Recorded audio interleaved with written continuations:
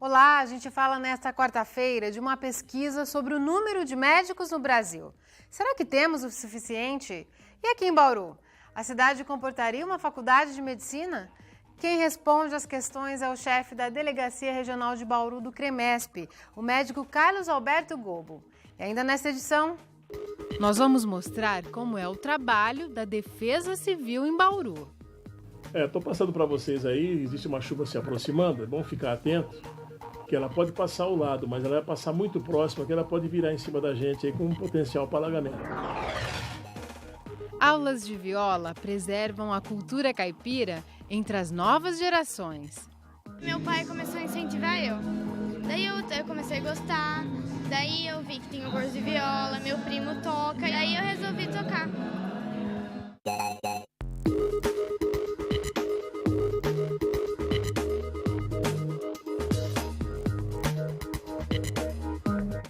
Falta praticamente uma semana para fevereiro acabar, mas já choveu neste mês 60% a mais que em todo o mês de fevereiro do ano passado. Com as temperaturas acima dos 30 graus, a tendência é que os números subam ainda mais por causa das pancadas de chuva. Para tentar evitar ou ao menos diminuir o prejuízo causado por essas chuvas rápidas, porém intensas, a Defesa Civil entra em ação. Nós vamos ver como o órgão trabalha. Todos os anos, na época de chuva, muitas cidades vivem as consequências da urbanização.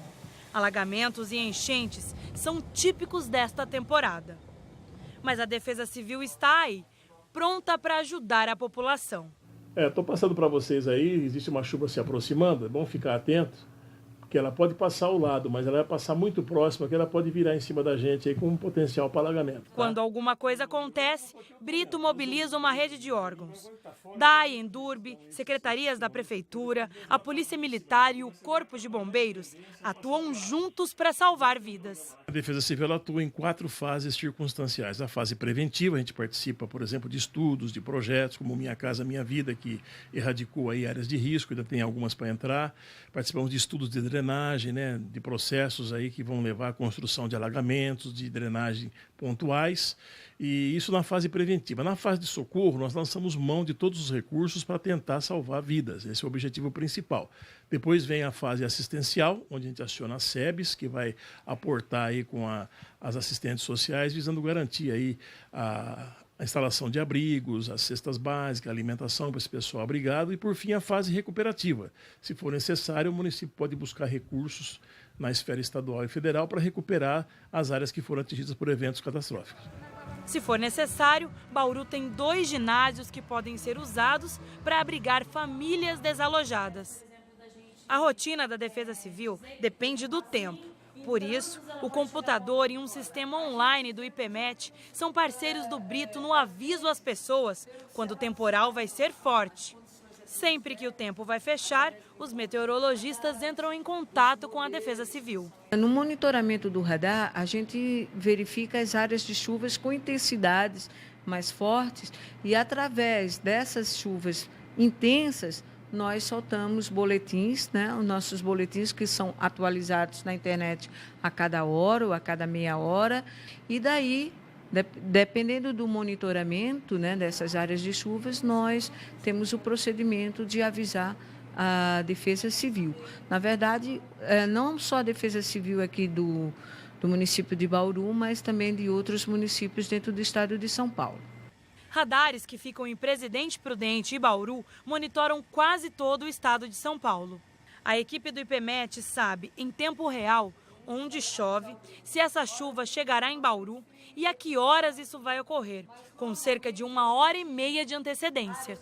Neste dia, por exemplo, chovia em quase todo o estado, mas não em Bauru. E quanto mais vermelha a imagem, mais chuva caía. É importante porque as pessoas em áreas de risco são removidas, e, de certa forma, nós estamos resguardando a vida, como também o patrimônio dessas pessoas.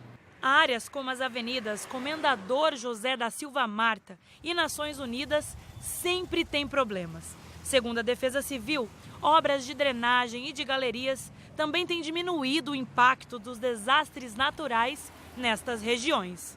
Somente 6% das cidades de todo o país estão preparadas para realizar atendimentos de emergência no caso de famílias desabrigadas e alagamentos. E Bauru está entre esses municípios. Aqui, os principais problemas na época de chuvas são as erosões e as enchentes. Por isso, em caso de chuva forte, é bom prestar atenção a algumas dicas. É importante que a população conheça detalhadamente a sua cidade e saiba exatamente onde estão os problemas. Os problemas nossos são pontuais, caso das Nações Unidas, a Comendador Marta, a próxima linha férrea, a rotatória da Castelo Branco, a Alfredo Maia, são os pontos mais críticos que sofrem alagamentos. É importante quem estiver em trânsito conhecer as alternativas para acessar a escola, a creche, o trabalho, casa de parentes, amigos, os supermercados. Ao ser surpreendido por um alagamento, já saiba de antemão qual é a rota que você vai seguir. Quem estiver em casa, guardar os objetos de maior valor nas partes mais altas, entre em contato imediatamente com o Corpo de Bombeiros até para receber uma orientação, desligue os eletrônicos das tomadas, desligue o registro de gás, o registro de água, procure ir para um local mais seguro, casa de um vizinho ou casa de um parente nas proximidades, ou mesmo para um local mais alto.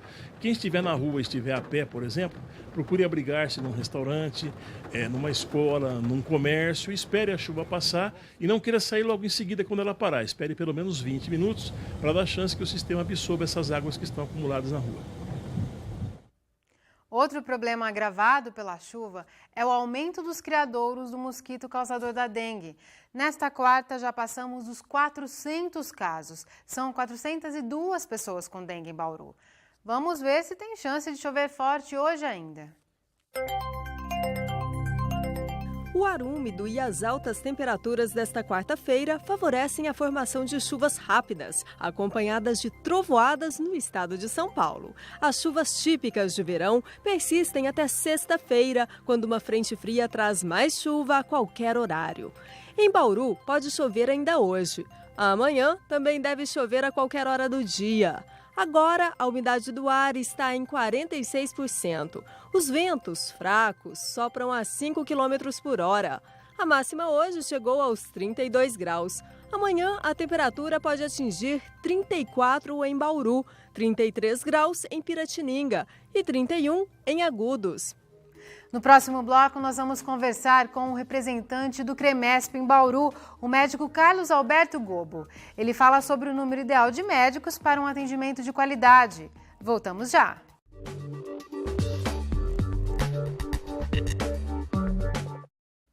Nesta semana, o Conselho Federal de Medicina divulgou um estudo que mostra que, em média, existem 2 médicos para cada 1.000 habitantes no país. O resultado foi comemorado pelo governo federal, pois a Organização Mundial de Saúde diz que é necessário pelo menos 1 médico por 1.000 habitantes. No estado de São Paulo, a situação é mais confortável. Aqui são 2,5 médicos para cada grupo de 1.000 pessoas. Ainda assim, são frequentes os casos em que a população fica sem atendimento, o que mostra que a distribuição desses profissionais ainda é bastante desigual. Para comentar esse estudo, nós convidamos o responsável pelo CREMESP de Bauru, o médico Carlos Alberto Gobo. O que nós constatamos basicamente é oportunidade de trabalho, né? Existem alguns fatores que fazem com que o médico se sinta atraído para um determinado lugar. Um deles é os equipamentos que ele vai dispor. Então, esses equipamentos entendam-se por hospitais, ambulatórios, pronto-socorros, retaguarda de exames e toda uma estrutura que lhe dê confiança e segurança para ele atuar naquele local. O segundo, obviamente, é a perspectiva de uma remuneração digna, né? Então, esses são aspectos que, sem dúvida nenhuma, acabam pautando a permanência do médico, né? A facilidade do médico de reciclagem, a retaguarda do médico de outros centros maiores. Todos esses aspectos acabam realmente, a demografia médica, ela apontou, não só no estado de São Paulo, como no Brasil. Infelizmente, o SUS ele não conseguiu ainda sair totalmente do papel. E pior, aqui no estado de São Paulo, a gente vê que o SUS, em alguns aspectos, ele piorou a situação de muitas pequenas cidades do estado de São Paulo. Nós temos, por exemplo, esse problema do AIH. Todo mundo sabe, por exemplo, que cada hospitalzinho, esses hospitalzinhos, essas santas casas, se você andar por toda a região aqui de Bauru, pequenas cidades como Pirajuí, Cafelândia, tudo, eram cidades que há 30, 40 anos atrás, elas tinham uma quantidade de médicos maior do que tem agora. O governo federal lavou as mãos. Desde então, o governo federal não fez um convênio, um concurso para médicos federais. Então, isso, quer dizer, já criou uma dificuldade desse médico que ficava nessas cidadezinhas pequenas existir. A Secretaria de Saúde do Estado de São Paulo, também uma política de centralização de referências hospitalares, elas começaram a tirar o dinheiro dessas pequenas santas casas, com volumes pequenininhos, com baixa resolução, para concentrar em hospitais maiores. Então, o que aconteceu com essas cidadezinhas pequenininhas, que as santas casas elas foram morrendo. Né? E em troca da Santa Casa, o que os governos costumaram dar, estão dando para todos esses pequenos lugares afastados, são ambulâncias. Daí eles vão lá com banda, com rojão, e aí eles dão uma ambulância. Então, além dos presos que a gente vê transportando pelo país, pelo estado de São Paulo inteiro em Camburão, você vê ambulâncias também correndo para lá e para cá com o paciente e aquele leilão de paciente, que ninguém sabe quem vai ficar com o paciente, não é de ninguém e fica aquela dificuldade de se aceitar nesse hospital, naquele hospital, e o paciente fica correndo para lá e para cá, quando não esperando ali num pronto-socorro, que é o que transformou essas pequenas santas casas, essas cidades pequenas. Eu acho que um passo o governo estadual parece que está dando e tem nos ouvido em alguns aspectos. Recentemente, vocês devem ter visto que foi assinado uma lei da carreira médica do Estado de São Paulo. Então, felizmente, vai voltar os concursos no Estado de São Paulo e os médicos vão ter um quadro de carreiras e salários para médico, foi aprovado na Assembleia Legislativa e sancionado pelo governo. Eu acho que os atores que trabalham hoje no sistema público, assim, eles têm que conversar melhor e integrar melhor. Não é porque o governo federal é de um partido, o governo estadual de outro partido e o governo municipal do terceiro partido. O que acontece é um jogo de empurra, cujos únicos prejudicados nesse jogo de empurra ou é a população ou são as pessoas que trabalham no setor de saúde aqui desse país e desse estado. O que está acontecendo nesse país, que a gente critica muito, que o Conselho e todas as entidades médicas criticam muito, é a forma como essa expansão dos médicos está ocorrendo no país. Esse estudo da demografia médica, ela provou que é o seguinte, não adianta você montar faculdades de medicina no Acre, em Rondônia, em todos os lugares. Primeiro, você vai montar uma faculdade de medicina, você não tem quadro médico, a expansão que estão tendo de faculdade de medicina é impossível de ser acompanhada por um quadro de docentes treinados e capacitados para a formação de médicos. Então, você não tem hoje, no mercado, um sistema que abasteça essa quantidade de faculdades para que essas faculdades sejam minimamente, tenham uma condição de ensino minimamente aceitável. Segundo, está provado que não é a formação médica, né, nos 6 anos de faculdade de medicina, que fixa o médico na região. Então, nós temos aqui dados mostrando que na região do Norte e Nordeste há uma migração absurda de médicos daquelas regiões recém-formados para o Sul e Sudeste. Por quê? Porque é onde eles vão encontrar a formação de especialização deles. Porque a grande maioria das vagas nesse país de residência médica, elas se concentram no Sul, no Sudeste e no Sul.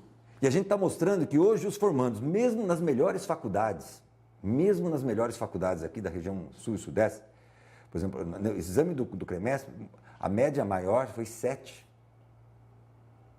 na prova do CREMESP. Quer dizer, 50% das pessoas não passariam na prova do CREMESP. Tá? Então, isso é um dado alarmante.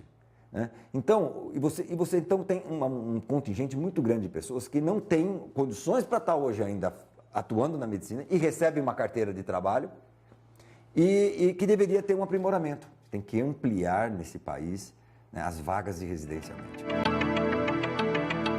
A gente sabe que aqui a região não precisaria uma nova faculdade de medicina. Agora, o que o Conselho entende é o seguinte, para se montar uma boa faculdade de medicina, você precisa ter uma estrutura formacional boa. Né? Se você pensar em uma estrutura formacional boa, Bauru tem uma estrutura formacional boa hoje para receber uma faculdade de medicina. Mas eu acho muito mais do que abrir uma faculdade de medicina aqui em Bauru. Eu sempre fui da ideia, assim, Bauru é uma estrutura que ela poderia abrir, sim, uma porção de vagas de residência médica. Eu acho que não é a graduação que está precisando a região. Nós estamos precisando, veja bem, nós temos residência médica em cirurgia plástica, bucomaxilo, no perocentrinho. Nós temos hoje toda uma estrutura estadual que tem todas as especialidades para fazer uma residência médica de primeiríssima qualidade, com a supervisão de Botucatu, com toda uma estrutura. Né? Então, eu acho que se a gente vocacionar Bauru na área médica para pós-graduação, né? No caso, as residências médicas é considerada uma pós-graduação, eu acho que seria algo muito mais economicamente produtivo. Eu estou pensando na aplicação do dinheiro público. O grande dilema hoje da humanidade, e eu acho que do Brasil, é o seguinte: o Brasil ele deu um passo muito certo em 88 na Constituição a dizer que a saúde é um dever do Estado. Só que ele não concretizou esse passo, porque a saúde é cara. Né? A saúde é cara e ela vai quebrar, não adianta colocar a ANS, o que for aí, ela apertar os planos de saúde. Você está vendo, hoje os planos de saúde, se você for ver hoje o que está acontecendo nos planos de saúde, ele se indistingue do que está acontecendo no SUS.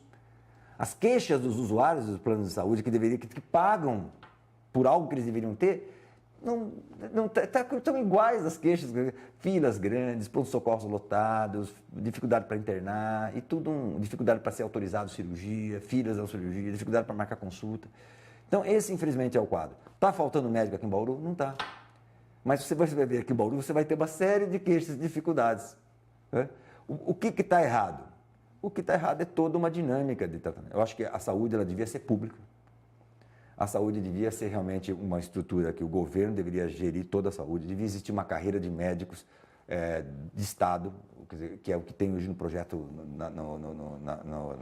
na Câmara Federal, em que você tenha concursos, e aí vamos colocar, olha, Bauru é referência para a região, então Bauru vai ter todos os médicos, todas as especialidades. Mas essas cidades em torno de Bauru, em torno de 60, 70 quilômetros de Bauru pequeno, vai ter que ter um pediatra, vai ter que ter um ginecologista, e o governo vai ter que pagar para ter essas pessoas ali. Não perca a seguir a terceira reportagem da série sobre viola.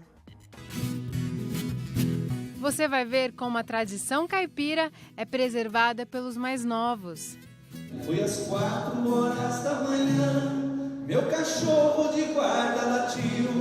Levantei para ver o que era e vesti meu casaco de frio.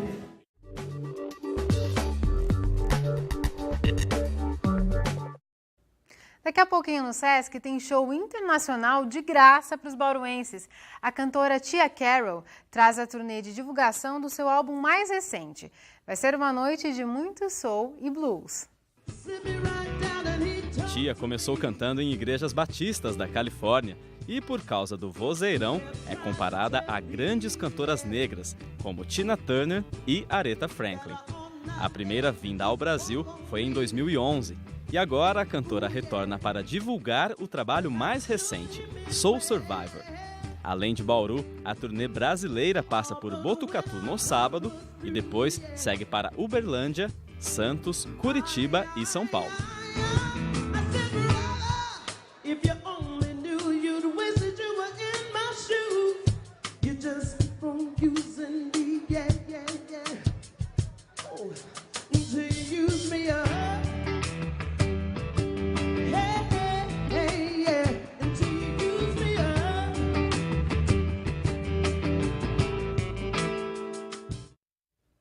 O show da cantora Tia Carol é hoje às 9 da noite no Sesc, relembrando que a entrada é de graça.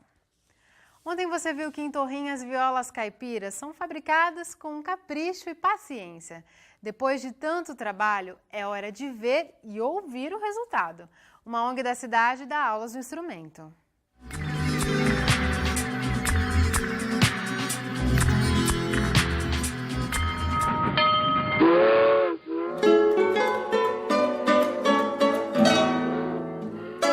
A estação de trem de Torrinha, a 100 quilômetros de Bauru, foi erguida em 1886. Até hoje, permanece como símbolo de desenvolvimento e motivo de orgulho para a cidade. A estrada de ferro e a antiga estação ferroviária guardam um pedaço da história de Torrinha. Mas aqui não foi só a arquitetura que resistiu ao tempo. As tradições culturais do interior paulista também estão preservadas nos acordes destes violeiros. Este é um projeto da ONG Amigos de Torrinha, que há 2 anos oferece aulas de viola caipira. Neste ano, são 30 alunos que se reúnem aos finais de semana. Entre uma lição e outra, ajudam a preservar um pouco da própria história. Toda essa região aqui já tinha essa característica de confecção de viola, dos violeiros. E o projeto despertou, assim, o interesse de muitas pessoas. Hoje a gente tem 80 pessoas que participam do projeto. Cultura caipira que há 70 anos faz parte da vida de Dona Isa. Ela, que viveu na roça durante muito tempo, decidiu aprender a tocar as melodias que a acompanham desde a infância. Eu nasci na roça, eu nasci ouvindo a música raiz, eu convivi com catireiros, né? Então tá no sangue. Eu me sinto muito feliz porque nunca é tarde para aprender, né? E eu acho que a música é uma coisa que é um bálsamo, né? É um bálsamo para a alma, é muito bom, muito bom. Cultura caipira que atravessa os anos graças a crianças como a Laiane. Aos 9 anos, ensaia os primeiros acordes e mostra que tem a cultura caipira na ponta da língua. Meu pai começou a incentivar eu.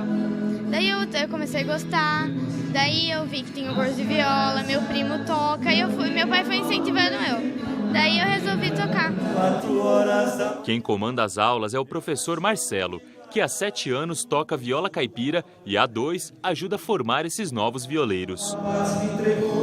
Vocês estão percebendo que lá na introdução você tem o Lá, o Mi, Si com sétima, com paradinha. Então vai ficar...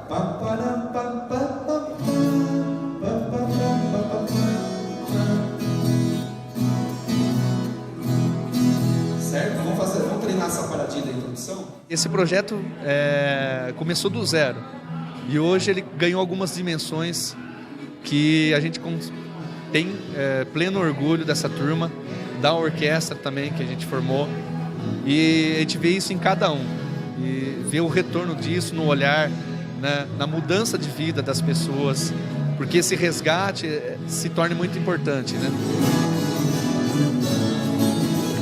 O repertório é conhecido, geralmente música sertaneja raiz. Os ritmos são variados, o pagode é esse mais acelerado.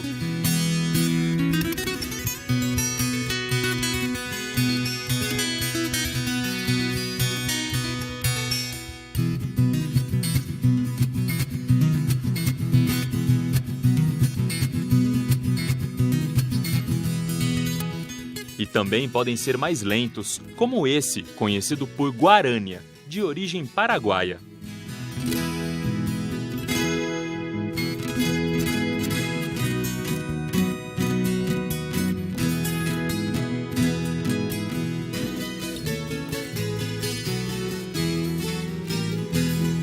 A ideia é fazer música brasileira de qualidade e passar para diferentes gerações conhecimento sobre elas mesmas, do lugar de onde eles vêm, para que essa cultura não se perca com o passar dos tempos. Foi às 4 horas da manhã, meu cachorro de guarda latiu.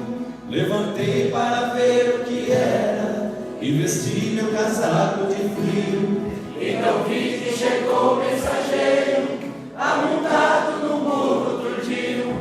Abriu e me disse bom dia, o moço tava olhando e abriu. No meio dessa turma tem viola feita em Torrinha. O seu Antônio foi aluno da oficina de luthieria, que você viu ontem no Unesp Notícias. Depois de fazer, é hora de pôr a viola para chorar e lembrar um pouco do passado vivido na roça. Depois que passa, a gente sente emoção. Só de lembrar, sente emoção. O que o senhor lembra? Sim, por exemplo, que eu lembro de tudo detalhado como se fosse hoje, né? É coisa que ficou na mentalidade, a gente não esquece. Os bailes onde a gente ia, tocava, dançava. Canhoto, ele impunha um instrumento com a mão direita. Participar das aulas também é relembrar os velhos tempos. Ele e seu João se conhecem desde pequenos, são nascidos e criados em Torrinha. Se reencontraram nas aulas fabricando juntos os instrumentos. A idade é nós mesmo que faz ela. Porque você vê, se nós juntamos com um jovem, você vê até a menininha com nós aí, tem a mãe, tem a criança. Então nós somos um jovem no meio da turma. Preservar a cultura e reunir antigas amizades. Colocar em contato gente das mais diferentes idades e histórias, mas todos com uma paixão genuína pela música da terra onde nasceram.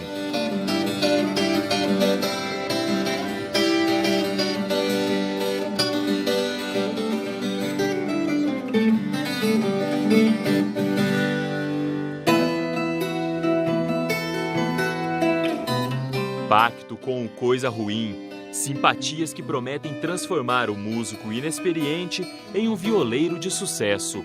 Essas e outras lendas da cultura da viola você confere amanhã no Unesp Notícias. Não perca!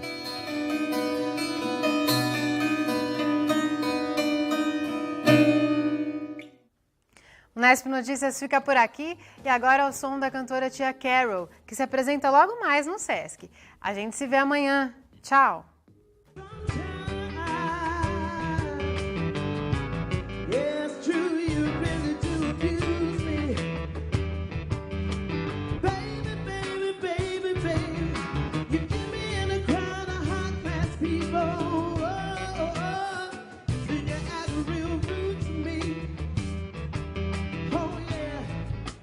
Whoa, but oh baby, baby, baby, baby, you love me, I can't get enough.